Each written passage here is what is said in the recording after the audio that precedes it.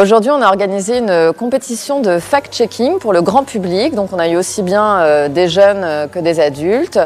Et l'idée, c'est d'essayer d'expliquer comment se fabrique l'information et comment se fabrique la désinformation pour faire en sorte que les gens arrivent à regarder des contenus, des informations avec une distance critique.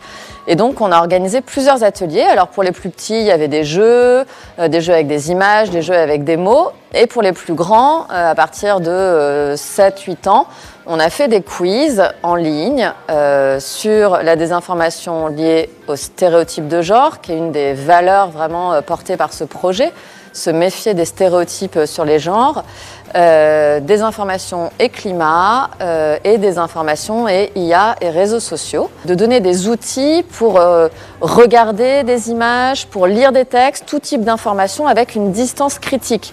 Se demander s'il y a une manipulation derrière et se demander aussi si ça peut nuire à quelqu'un et si ça peut créer des violences et des victimes derrière. Nous, on essaie d'expliquer que la désinformation, ça a des conséquences. Souvent, on ne fait pas exprès de la partager, mais il y a des gens qui font exprès de diffuser de la désinformation. Et c'est extrêmement dangereux pour les valeurs démocratiques qui sont prônées par l'Union européenne notamment, et qu'il y a des victimes de la désinformation. Quand on partage une fausse information, ce n'est jamais qu'un simple clic.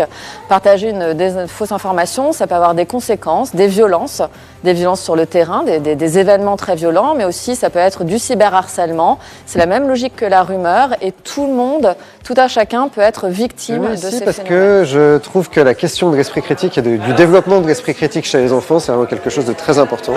Et j'avais envie de faire les tests avec mes enfants dans un environnement un peu didactique. J'ai retenu que pour sensibiliser les enfants à ces questions-là, le jeu, c'est la meilleure façon de le faire, je pense. Le quiz aussi, c'est une très bonne façon de faire passer des informations. Victimes de biais de perception, qu'on peut tous se faire avoir aussi bien enfants qu'adultes, parce qu'à la base on est pour les enfants. Et nous, adultes, on se fait piéger aussi en fait. C'est juste l'humain qui peut facilement se faire piéger et que c'est hyper important d'avoir des associations comme vous qui nous aident à y voir plus clair, parce qu'on est quand même abreuvé d'informations en permanence et réussir à avoir les mécanismes qui se mettent en place tout de suite pour se dire je questionne quand même cette information-là, je la trouve sujette à caution quand même et j'ai bien envie d'aller voir si c'est vrai. J'ai fait des petits quiz, j'ai fait des jeux avec des photos, tu devrais deviner si c'était vrai, faux, si tu avais un doute. Et j'ai bien aimé.